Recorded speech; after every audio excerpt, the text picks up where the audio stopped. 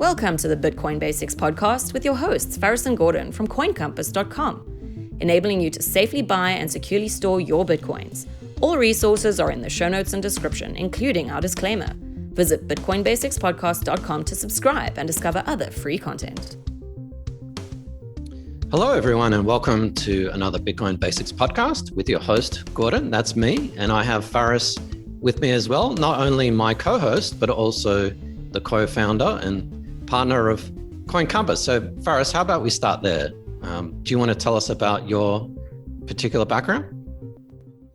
Sure. So Gordon and I have known each other for over 2 decades now. And we've always gotten along quite well. And we always wanted to work together. But Gordon comes from an IT security background, which he'll tell us more about later. My background was in economics and finance. And I remember the precise day Gordon told me about Bitcoin. And I had heard about it. And like most people, I thought, okay, yep, whatever. And I wanted to invest in it, and the Mt. Gox hack happened.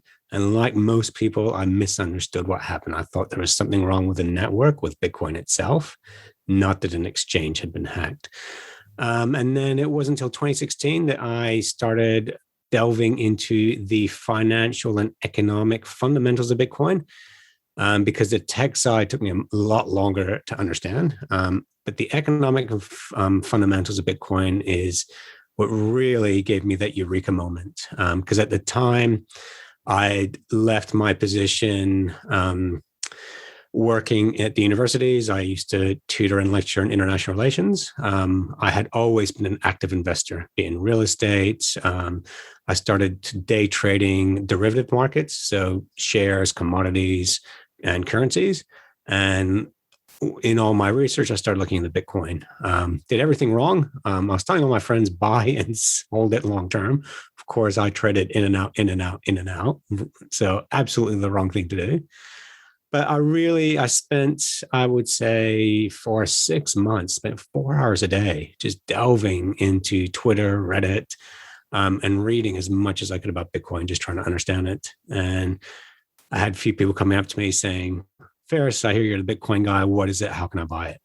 And I remember I called Gordon and said, look, I've gotten a lot of people saying, how do I buy Bitcoin? And I'm helping them out. What do you think we start a business where we educate people about Bitcoin and how to get into it? And Gordon, he said, I was about to call you. I had the exact same idea. Great minds think alike, mate. So it's interesting how you came from an economics and finance background and sort of moved your way towards the technical side. I came from the technical side and moved my way towards the finance and economics. So I think a lot of people in my position and people who have a tech background, they understand the tech, but they went into the rabbit hole of, what is money, what is value, looked at Austrian economics and all that kind of stuff. So that's certainly what I did. I kind of understood the technology behind Bitcoin and the blockchain, thanks to Steve Gibson's podcast, Security Now. Huge plug and shout out to that. But I must admit, from a fundamental economics point of view, I thought it'd, never amount to much, a couple of dollars and whatever. But obviously, I was wrong. So, my background is in security, and I work for one of Australia's largest banks. And so what we call InfoSec is my background, and jack of all trades in terms of computing. And I also spent a couple of years teaching computer science at an international school here in Southeast Asia as well. So Faris and I sort of are the perfect mix of two people from, I wouldn't say opposite, but two people from completely different disciplines, mixing towards something that, it sort of makes sense in terms of finance and technology, computer science. If you enjoyed this podcast, please subscribe, like, and share so we can find others like yourself. So enough about us, Faris. Today's podcast is titled, Is Your Bitcoin Safe? And we've got a couple of scenarios to go through. So let's start with the obvious one. You've got your Bitcoin on an exchange. Is it safe? So this is unfortunately a difficult question to answer because it depends on the individual. There are some people out there where they kind of understand what an exchange is. And other people kind of don't really know. So I've asked the question of people who say, oh, I've bought Bitcoin. I'll say, where is it? So what do you mean? I'm like, you bought it, but what did you do with it? I'm like, nothing. So it's still on the exchange. They haven't realized you need to take ownership of it. You need to take custody of it. So with people who are not as tech savvy, and that's not, an insult. It's just, the world of fintech is moving so rapidly, it's hard to keep up. Some of these people, it might actually be safer for them to leave their Bitcoins on an exchange that is insured if they have a very, very small amount, because if they try and move it by themselves, they could easily make a mistake and lose it. We at Coin Compass, we advocate that you get your private keys off an exchange because we want you to hold them. But if someone, goes, oh, it's a very small amount, I'll try by myself to do it. We'll direct them to our YouTube videos where we show them how to do it. But ideally, you want to own your private keys. This is like gold. You don't want you don't keep your gold bar in your neighbor's vault. And that's the equivalent with Bitcoin. You do want to hold it. So I would say, yes, you do want to get your Bitcoins off an exchange. You want to educate yourself in doing it. Don't go and do it right away. Is a caveat. Is the first investment you need to make about Bitcoin is to learn about Bitcoin. Excellent advice, Faris. And obviously, all these answers depend. $50 and $50,000 is a completely different scenario. But in general, even if you've got a small amount, get it off the exchange, get in the habit of, sending and receiving Bitcoin. So that there are obvious advantages and disadvantages of exchanges. So how about you go through them first? Yeah, and that's one thing Gordon just mentioned there is it's actually fun to see when you move Bitcoins from one wallet to another. Like we do this in workshops and people who are Bitcoin skeptics. And when we actually show them how you move a wallet from one smartphone to another, they find that fascinating. And you can then actually watch that transaction take place on the exchange. You can see how the plumbing works. And the fact that you can do that within 10 minutes is phenomenal. So that is actually really exciting to watch. And once you're in that Bitcoin crypto space, you actually find getting back into everyday banking quite sluggish and boring. But as far as exchanges, we do recommend exchanges. When I say recommend, we actually review them ourselves. So we use several exchanges just through trial and error. We use wallets ourselves. What are we factoring when we use them? One is security. We're looking for stuff like two-factor authentication. So Gordon will look at how safe, secure, private are they. From my end, I'm looking at how user-friendly are they. So Gordon might say, look at this change. I really like it. It's so safe and secure. From my end, it's like, yeah, but it's not very user-friendly. And that is the trade-off, which how does it go? Gordon, it's very secure. It's not very convenient, and vice versa. Yeah, there's definitely a trade-off. Security and convenience, it's extremely difficult to have something super secure and super convenient. It's pretty convenient to leave your door open. You don't have to carry a key, but not very secure. So there's a trade-off between those two. So what would you say in the end is the main advantage of keeping your Bitcoin on an exchange? The advantage is simplicity. You don't have to worry about it in that for a lot of people, it is stressful thinking that they're responsible for their investment. And this is why a lot of people who are working full time, you could be making 6-7-figure salaries. You tend to give some of your money to someone else to invest for you, because what you're doing is you're giving away that stress and that responsibility. So that's why some people, I'll just leave it on the exchange. If you do that, that's fine. Just please make sure the exchange is insured. However, we do advise that you just learn how to do it. You learn how to manage it, because too many exchanges have been hacked. Too many CEOs of exchanges have disappeared and no one can access those Bitcoins, and that can happen. So ideally, just learn about Bitcoin, take the time, learn how to control your private keys. Yeah, so a lot of people equate exchanges to banks. It's a little bit different, but I guess an exchange is kind of like a bank. The advantage is it's super convenient. And it's also, you get support. So, you lose your password or whatever, then you can call someone, you call the exchange or deal with their support. But as Ferris mentioned, the obvious disadvantage is the exchange could get hacked. The exchange could become insolvent. They might be lending out your Bitcoin to 10 different people. They could be doing fractional reserving, could be doing all kinds of stuff. So if an exchange becomes insolvent, lost all your coins. And the whole purpose of Bitcoin is that it is a bearer asset, which means you take control of that asset. Just like you would control a gold bar, you can bring it back into your safe or bury in your backyard. Same thing with Bitcoin. So it kind of defeats the purpose of leaving your Bitcoin on an exchange. It's not yours. You're just renting it. So is your Bitcoin safe on an exchange? Yes, no, maybe? Maybe. It depends on the exchange. And I don't want to give any names now because exchanges that we recommend today can change tomorrow. Yeah, I'd definitely say a maybe for that. Okay, so let's move on to our next one. And the most, I guess, after an exchange, the most popular way to store your Bitcoin. And of course, your Bitcoins are stored on the blockchain, so that you're not really storing them anywhere. You're storing what is called the private keys, the passwords that enable you to spend that Bitcoin. And the next one is a desktop wallet. So that could be a Windows or Linux or Mac or a mobile wallet. So is your Bitcoin safe if you store it on a desktop or mobile wallet? So with that, maybe just a point of clarification here, Gordon. Are your private keys stored on the blockchain or recorded on the blockchain? Your private keys are stored in whichever device. So if you've got a Bitcoin wallet, whether that's an exchange, a mobile wallet, or a hardware wallet, your private keys are stored on that device. Yep. Your public keys, what is your Bitcoin address, is stored on the blockchain. Yeah, that's the reason I bring this up. It's because this is something that people use the word blockchain, thinking that blockchain is like a vault or a bank where the Bitcoins are held.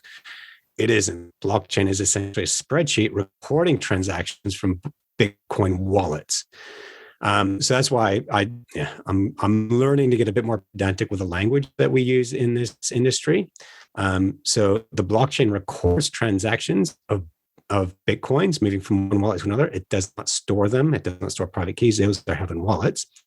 So we're looking at what type of wallets. So sorry, I'll get you to ask me a question again, Gordon. What were you asking me about wallets? Is storing your Bitcoin, which, as we just mentioned, it's really your private keys, on a desktop or mobile wallet. Is it safe? So again, this depends on the user case. So the beauty of a desktop or mobile wallet is convenience. If you need to access your private keys, which enables you to send your Bitcoins, you can do it very easily off your phone. It's so simple, so quick. Scan a QR code, get an email or a text from someone, get their Bitcoin, a wallet, send someone. It is the equivalent of cash in your back pocket, and that's how safe it would be. If you lose your phone, do you have the ability to erase that phone, but also back up that wallet?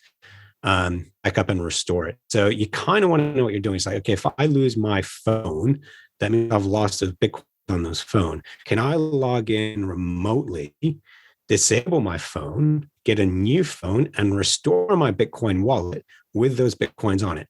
This is something that you can do, but you want to make sure that you've educated yourself in doing that before you keep any significant amount of Bitcoins or any amount of Bitcoins or Satoshis on a wallet. So the reason you would do those is if you are using Bitcoins regularly, if you're, traveling or sending them to people, if you're running a business and you're paying people or paying credit notes or anything via crypto, that's where you'd use those things. They are not a good long-term store solution. They're a short-term convenient solution. Excellent. Yeah, as you explained, think of it like your normal wallet. You don't go out to a restaurant with, your entire $10,000 worth of investment in your back pocket. So that's what a mobile or a desktop wallet is. And there are different kinds of wallets. And one of the main differences between the two is what we call custodial and non-custodial. So custodial wallets mean the developer or third party actually controls your private keys. Non-custodial means that developer has made it so that they can't actually control your private keys. So obviously we recommend non-custodial wallets. Even if you have a small investment, like Ferris suggested, get into the habit of using non-custodial wallets. You are controlling your Bitcoin, even if it's a small investment. And so the obvious pros of that is that, mobile wallets are convenient. We have a mobile wallet in our pocket. We use it for everything. So using a non-custodial wallet, super convenient. But the obvious drawbacks to that, and that's why we don't recommend storing a lot of Bitcoin in there, is that you're also using that mobile wallet to play Candy Crush. You're also using it to check email and do other stuff and installing all kinds of apps. So all it takes is one malicious app, and there are many apps on iOS and Android, like a Bitcoin widget or a ticker to show the price or your portfolio, that is actually malware, and it will steal funds from your wallet. And that's the huge disadvantage. You have to be really disciplined about what you download and what you use, because that convenience certainly comes at a price if you accidentally download the wrong app. So is Bitcoin safe on a desktop or mobile wallet? I'll answer that, maybe. Do you have a question about Bitcoin? coincompass.com/ask to record your question, and we'll answer it on an upcoming episode. So whether your question is technical, non-technical, economic, political, fundamental, it doesn't matter. There is no question too basic or too complicated for the Bitcoin Basics podcast. coincompass.com/ask. So, Gordon, another option is the ones we've talked about are basically tech or plugged in wallets. So these are accessible online. One option is you can actually get your private keys offline. So tell us some of the options of getting your private keys offline. What kind of wallet would you use, and what are the benefits to those? So this became popular almost straight away in the Bitcoin world of something that's called a paper wallet. There is also something called a steel wallet, but they act in the same way. And that is to use a secure computer, so a computer that's not connected to the internet, something that we call air-gapped, and basically to generate a Bitcoin address and your public key and your private key. So your private key is not stored on an exchange. Your private key is not stored on a mobile wallet, like our last two scenarios. It's actually stored on a physical piece of paper or a piece of steel. You might say, well, that's insane. Anyone looking at it can simply get your private key. Yes, but the trade-off is that is completely offline. So you don't have to worry about viruses. You don't have to worry about hacking. And for some people, that's a fantastic way to secure significant amounts of Bitcoin.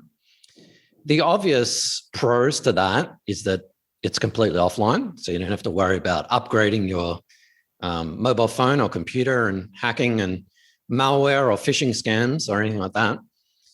But the obvious disadvantage is that a physical attacker, someone who actually comes into your house, you could have a fire or an earthquake or a flood or something like that damages your wallet in that sense.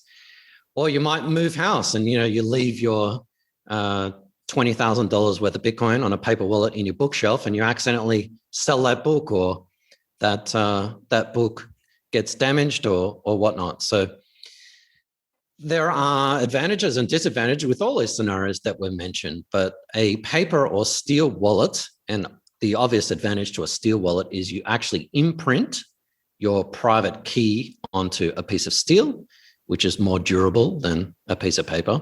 And by the way, that takes around about an hour to do that. So you don't want to do that too often.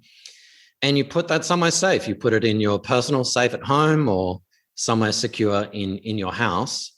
And really the only risk is someone physically coming into your house and stealing it, or, as I mentioned before, a fire or an earthquake. So that is another possibility. That is something quite popular with some of the hardcore Bitcoin cypherpunks out there, and they want to keep their Bitcoin completely offline.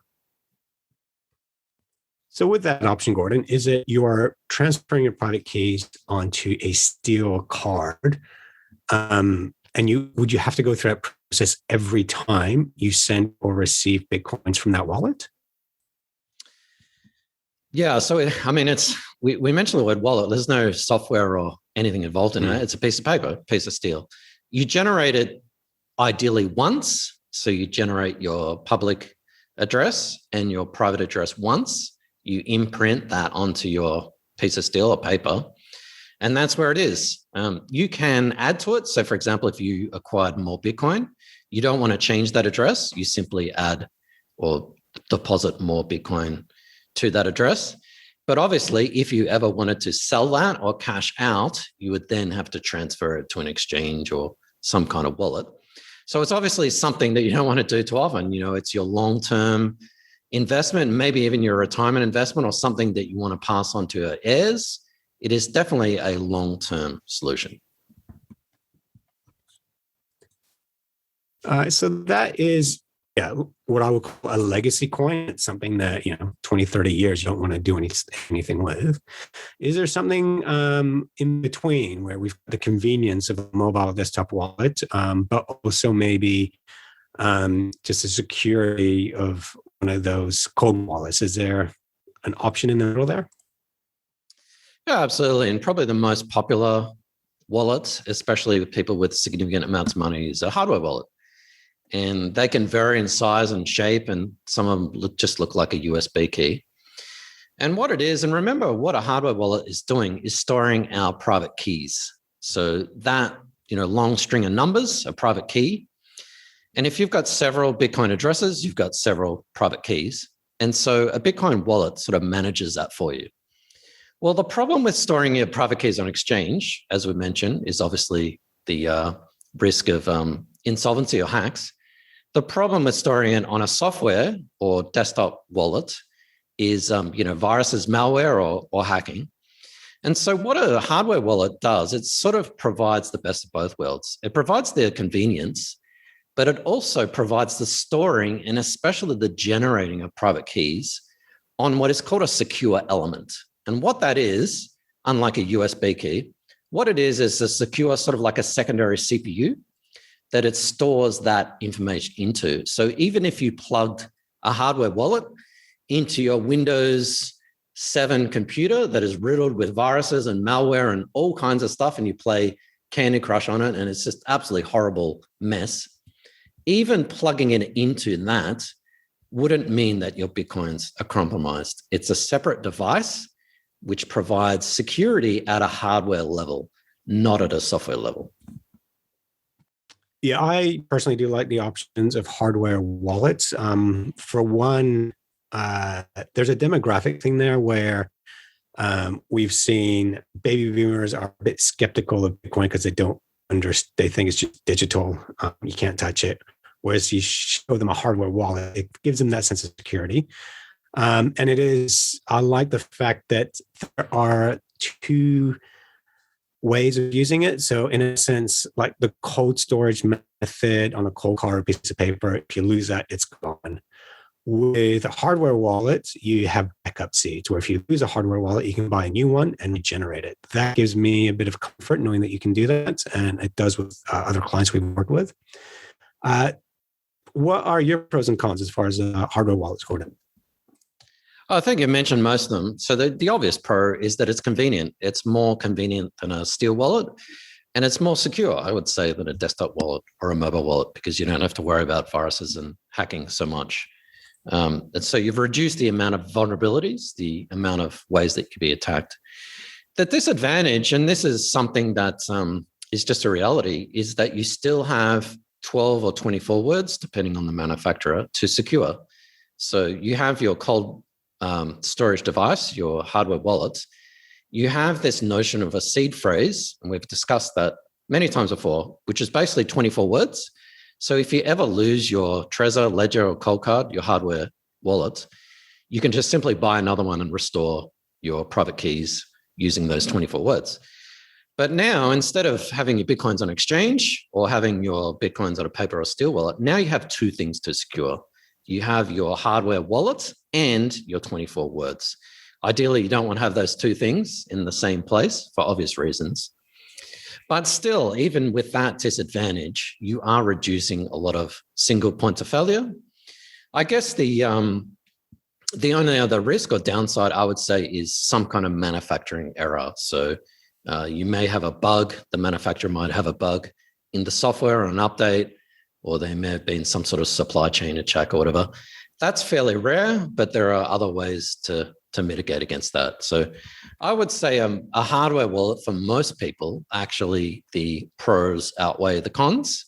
And it's a sort of a good trade-off or a good balance between pretty good security and it is fairly convenient.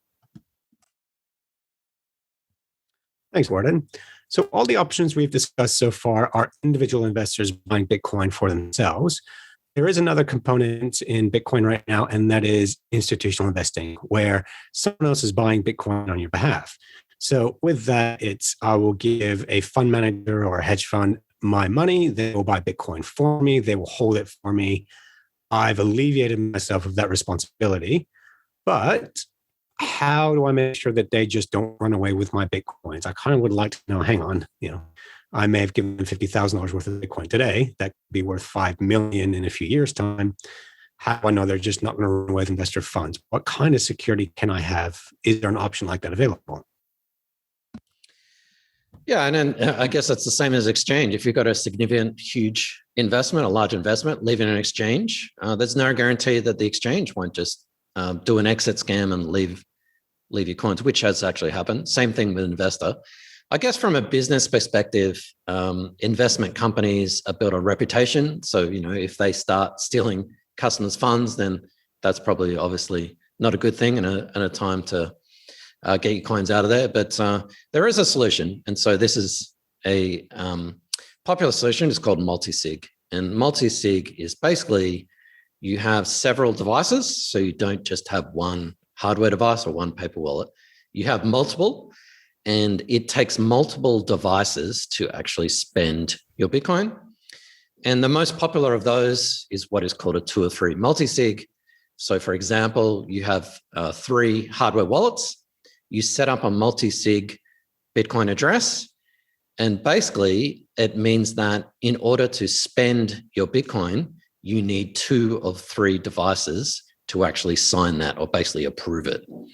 So if you have a significant amount of Bitcoin or at an investor or a third party, you could do the same thing. They could hold one of those devices, you hold the other 2, and basically they can't run away with your funds. And it also gives you some security in that if you have a significant investment on a single hardware device, what happens if there's a bug in the software or a manufacturer error? You kind of lost everything. So a lot of people are going to ask sort of what is the best solution? Perhaps Faris, what is the best solution? We've gone through a lot of the scenarios and pros and cons, but at the end of the day, what should people do? So with this, and I'll answer doesn't frustrate anyone, but it is unique to the individual because it depends on the sizing of your investment, how much you put into Bitcoin, and your time horizon. Are you day trading it, or is it going to be a legacy coin that you're going to pass down, 1, 2, 3 generations?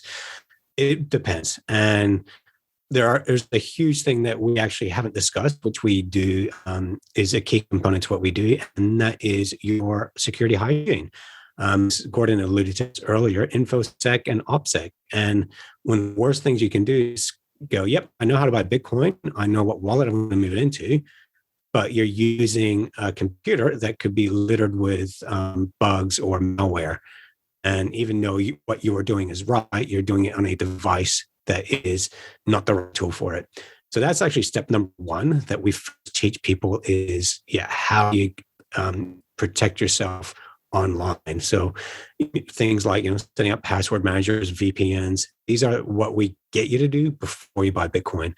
So, because with buying Bitcoin, there's 3 steps. There's setting yourself up securely to be secure online, the hygiene practices. And then there's buying Bitcoin, and then there's controlling your private keys. So there's those 3 steps. They're all just as important, one as the other. So you actually need to have a custody plan as well. What happens if you get hit by a bus tomorrow and you're in a coma? Does your next of kin or your estate manager know that you own Bitcoins? Do they know how to get them? are so many things that you need to factor in here. So one is you need to have a business plan. You need to have a Bitcoin custody plan, because there's so many layers involved in doing this properly. I could go on and on about several different things here, Gordon, so I don't want to. But is there anything I should mention? Anything you want to mention here? I think you covered it quite well, and I just came up with a simple list because everyone asked me, what should I do? And as you mentioned, I'm repeating you, but it's worth repeating. Firstly, you got to upgrade your security hygiene, upgrade your InfoSec is what we call, and your privacy as well, your OPSEC, because your physical address or your physical location could be compromised, and that's potentially just as important as your Bitcoin as well. So step one, upgrade your security hygiene before you do anything, before you buy Bitcoin, before you download your Bitcoin wallet onto your virus-ridden Windows computer. And then step two, assess your risk. Like, how likely is it that a physical intruder is going to come into your house? You might live in a great neighborhood, and that's extremely unlikely. Or you might be traveling, and someone like myself, I travel a lot. And so, for example, having a paper wallet is not practical. I don't want to have a paper wallet in my backpack. So everyone's security risk assessment is going to be different. And you need to basically come up with what is more likely from theft, from hacking, but also from user error. How competent are you? Can you use a mobile phone, desktop computer, hardware wallet? Or would you prefer a more basic or perhaps low-tech solution? So there's no one size fits all. And then, as Faris said, come up with your own Bitcoin custody plan. Here are the threats. Here are the solutions. And the solutions probably are unique to everyone, and they involve something like a multi-sig. And it's going to involve a combination of what we've discussed already. It might not be 3 hardware devices. It might not be a paper wallet. It might be a combination of all 3. You've got, a little bit on a hardware wallet, a little bit on a paper wallet, a little bit on this, and some sort of multi-sig solution to reduce single points of failure, like the manufacturer. I've heard someone who's got $100,000 of Bitcoin, and they decided to buy 10 ledgers. And so they decided to put $10,000 on 10 separate ledgers, thinking that they'd spread their risk around. Well, what you've done is made the problem infinitely worse, because that one manufacturer might have a bug, but also now you've got 10 seeds, 10, 24 words that you have to protect instead of 1. So yeah, spreading the risk and what we call risk mitigation is super important. And last but not least, estate planning. If something happened to you, maybe not even death, maybe you're in hospital, you got amnesia or whatnot. Do your heirs know where your Bitcoin is? And more importantly, do they know how to access it? They might know that you've got a ledger hardware device, but if they don't have the private key or the PIN to access it, it's kind of useless. So come up with your own Bitcoin custody plan. And here's where we put our ad. Faris, if people wanted to create their own Bitcoin custody plan and needed help with it, where should they go? Oh, very simple. Go to coincompass.com/help. And this is essentially what we do. We help people securely buy Bitcoin and keep it safe. Yeah. So if you've made it this far, visit coincompass.com/help, as Faris said, and we can help you out. Shoot us an email even if you're not going to use our services. We're more than happy to help people with questions. And last but not least, please subscribe and follow and share our podcast, bitcoinbasicspodcast.com. Not only has access to our podcast platforms, YouTube and whatnot, but also has links to stuff like our video series where we did a whole series on improving your security hygiene. So you can follow that. One more thing, we also have an upcoming Q&A. So if you have a question, it could be about Bitcoin custody, it could be about anything whatsoever relating to Bitcoin, coincompass.com/ask, and we will answer it on an upcoming episode. Thanks, Faris. Thanks, everyone, for sticking with us. And our answer may have been annoying. Is your Bitcoin safe? It depends, maybe. But hopefully we've given you some things to think about. Now, especially with the price increase, it's time to take your Bitcoin custody seriously. And that's basically where Faris and I at Coin Compass can help. Thanks for watching or listening. Please visit coincompass.com/free to register to our socials and discover other free content. Subscribing, liking, and following helps this content remain ad-free. Until next time.